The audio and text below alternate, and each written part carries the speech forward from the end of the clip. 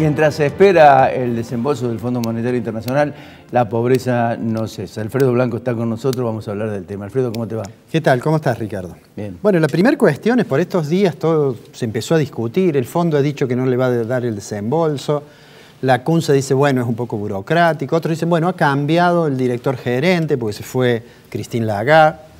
Digamos que a partir del primer día de este mes, tiene nuevo director gerente. La directora gerente es Kristalina Georgieva. Una ucraniana. No, es búlgara. Ah, búlgara. Sí. Kristalina Georgieva. Ella, recordarás que el año pasado, creo que fue cuando yo estuve en la universidad en Bulgaria, bueno, ella es egresada de esa universidad. Ayer hablaba con un colega, la universidad se llama de Economía Nacional y Mundial, está en Sofía.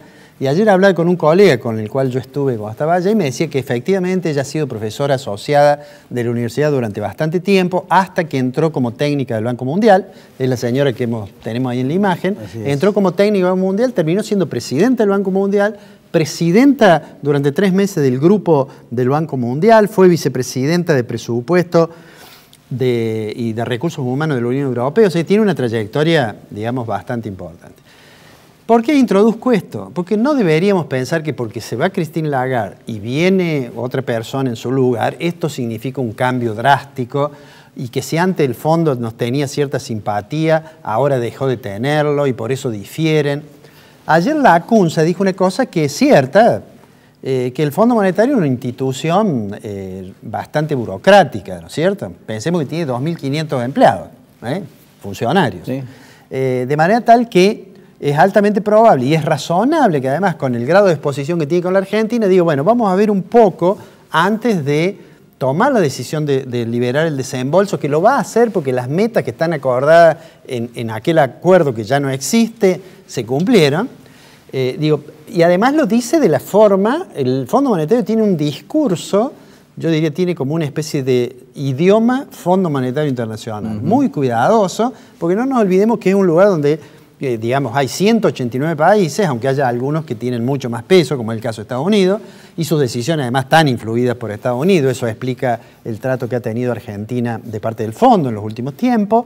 Pero digo, tienen que tener cierto cuidado, cierto equilibrio en las declaraciones.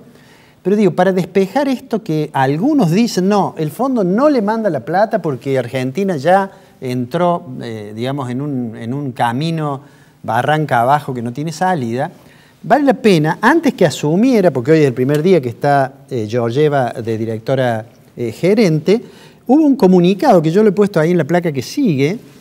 En esta placa, eso es lo que dijo el que estaba a cargo, que es David Lipton, sobre Argentina. Y digo, para ser rápido, te he subrayado ahí las cosas que hay que leer con cierto cuidado. La primera cosa es que la reunión que tuvieron, acá hubo gente que dijo, ¿cómo fue Macri a la reunión? Que desgasta la figura presidencial. Bueno, eso no lo desgasta, de hecho, eso obligó a que Lipton diga, hemos tenido una reunión constructiva con el presidente. Y además dice que el programa ha tenido impactos positivos. Y a su vez, que las últimas medidas, que no estarían en línea con la mirada que tienen la mayoría de los técnicos del fondo, las intervenciones básicamente, el reperfilamiento, etcétera, en realidad dice que ha tenido impacto positivo y calman los mercados, ¿no?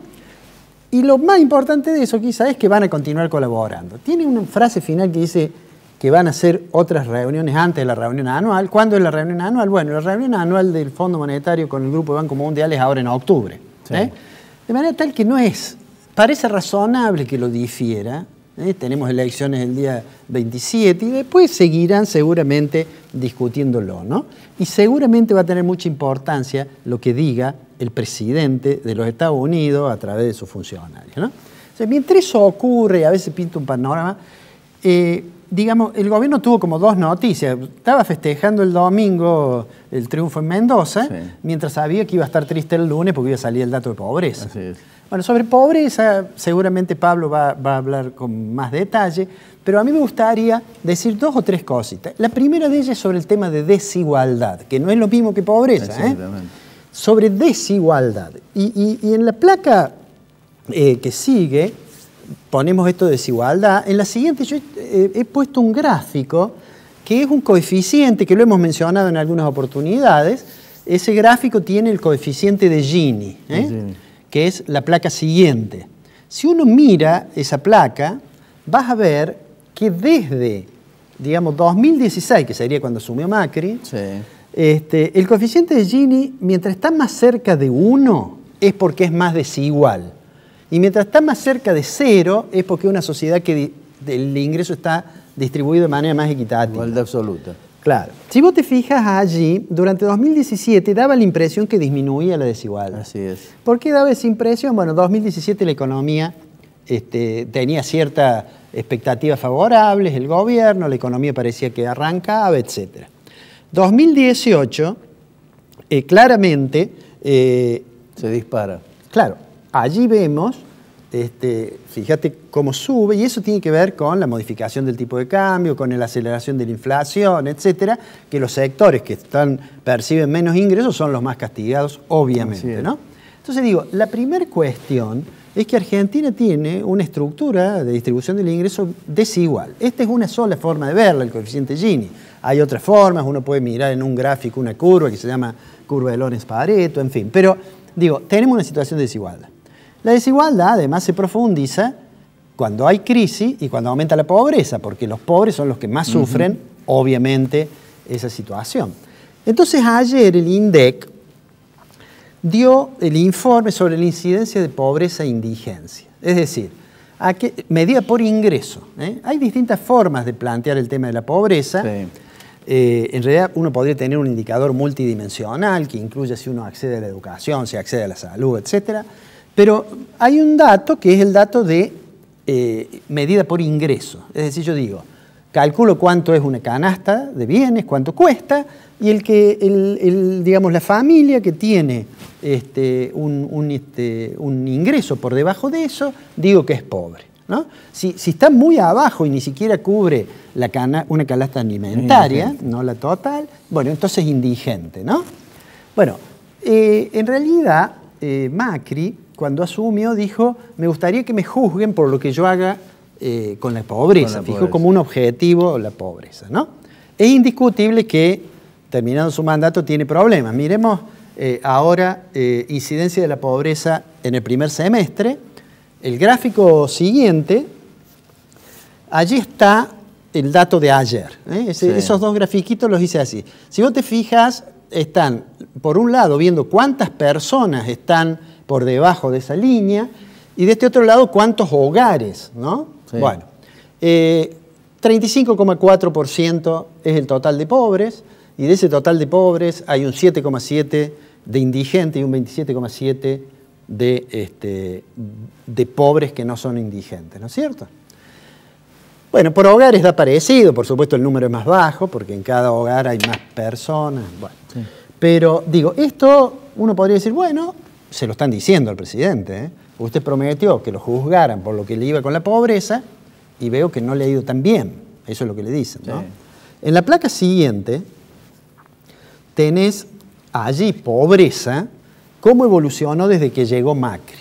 Sí. Desde que llegó Macri, pobreza, lo podemos ver las personas.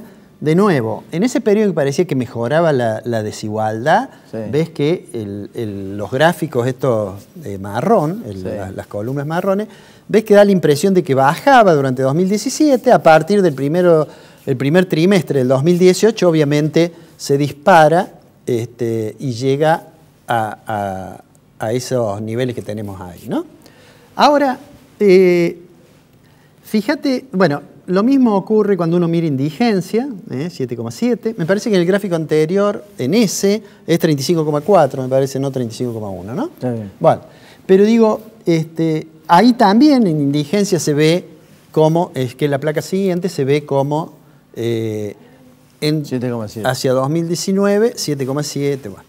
Digo, cuando uno ve esto, sin lugar a dudas, tienen razón lo que le dicen al presidente. Usted dijo que juzgáramos su gobierno por los logros en materia de pobreza y claramente los números dicen que no le fue bien. A mí me parece que el presidente eso un poco lo reconoce. Por supuesto que hay muchos de los que le dicen eso que son los que decían que no había, digamos, son los que decidieron no relevar más pobreza en el gobierno anterior. Así es. O sea, los extremos nunca son una cosa saludable, porque los mismos que antes decían no contemos más los pobres, por decirlo de manera vulgar, ahora sacan fotos con los pobres para decirle a Macri. Bueno, el caso de Kicillof es un caso emblemático. Emblemático, lo de Kicillof era emblemático. Digo, pero quiero decir una cosa que tiene que ver con algo un poco más estructural. Se puede discutir en la coyuntura de la pobreza, pero seguramente Pablo va a coincidir conmigo que Argentina tiene un piso de pobreza estructural muy alto. ¿Me permitís una cosa? Sí. Estuve sacando la democracia hasta acá, no sé si me equivoqué en algún número, 35% de promedio. Claro, bueno, tuvimos... Es decir, nunca bajó. Lo que pasa es que ahí hay picos muy altos. Claro, por ejemplo, Duhalde más del 50. Yo tomé las crisis, tomé todo. Duhalde más del 50. Kirchner logró después bajarlo hasta el 27 más o menos, y después volvió a subir, y cuando se fue Cristina...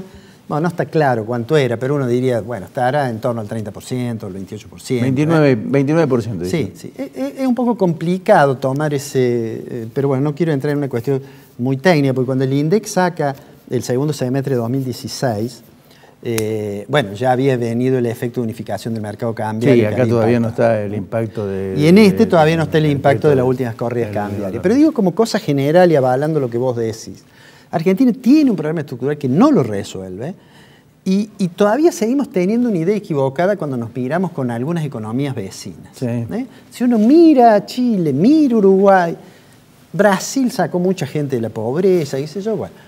Hoy Argentina tiene, en términos proporcionales, más pobres que Chile. Así es. Y más pobres que Uruguay. Yo escuchaba días pasados que alguien decía cuando Argentina tenía 16, Chile tenía 72. Ahora tenía tiene 70% de pobres. Ahora tiene 8 y nosotros tenemos 35. Y tiene ahora de un dígito, 7 y pico, y también lo mismo en el caso de Uruguay, ¿no? Es decir, ¿qué es lo que muestra esto? Bueno, muestra un fracaso que en realidad se puede usar en las campañas políticas, pero no tiene el color de un determinado partido, porque en todo este periodo ha habido de las más diversas orientaciones y ha habido, sin lugar a dudas, no solamente el fracaso de Macri con la pobreza, sino el fracaso de los que lo precedieron. Así es.